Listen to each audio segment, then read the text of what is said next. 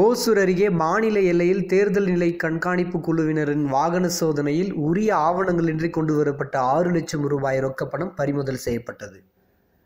கிருஷ்ணகிரி மாவட்டம் ஓசூர் பாகலூர் மாநில நெடுஞ்சாலையில் தமிழக எல்லையான சம்பங்கிரி என்னும் இடத்தில் தேர்தல் நிலை கண்காணிப்பு குழுவினர் அனந்த பத்மநாபன் என்பவரின் தலைமையில் 5 பேர் கொண்ட அதிகாரிகள் வாகன சோதனையில் ஈடுபட்டிருந்தனர். அப்பொழுது மாலூரை சேர்ந்த முகமது ஜாவித் உசேன் என்பவரது காரில் உரிய ஆவணங்களின்றி கொண்டு வரப்பட்ட 6 லட்சம் ரூபாய் பணத்தை நிலை கண்காணிப்பு குழுவினர் பறிமுதல் செய்தனர். கைப்பற்றப்பட்ட பணத்தை ஓசூர் சார் ஆட்சியர் அலுவலகத்தில் உள்ள தேர்தல் அதிகாரியிடம் ஒப்படைக்கப்பட்டது. முகமது ஜாவித் உசேன் என்பவர் கிரானைட் வியாபாரம் செய்து வரும் தொழிலதிபர் என்றும் பணத்திற்காக உரிய ஆவணங்களை காண்பித்து மீண்டும் பணத்தை பெற்றுக்கொள்ளலாம் எனவும் தேர்தல் அதிகாரிகள் அறிவுறுத்தியுள்ளனர். மேலும் இது போன்ற உண்மை செய்திகளை அறிந்து கொள்ள மனசாட்சி தொலைக்காட்சி சப்ஸ்கிரைப் பண்ணுங்கள். மறக்காமல் கீழே இருக்கிற பெல் ஐக்கானை கிளிக் பண்ணுங்கள்.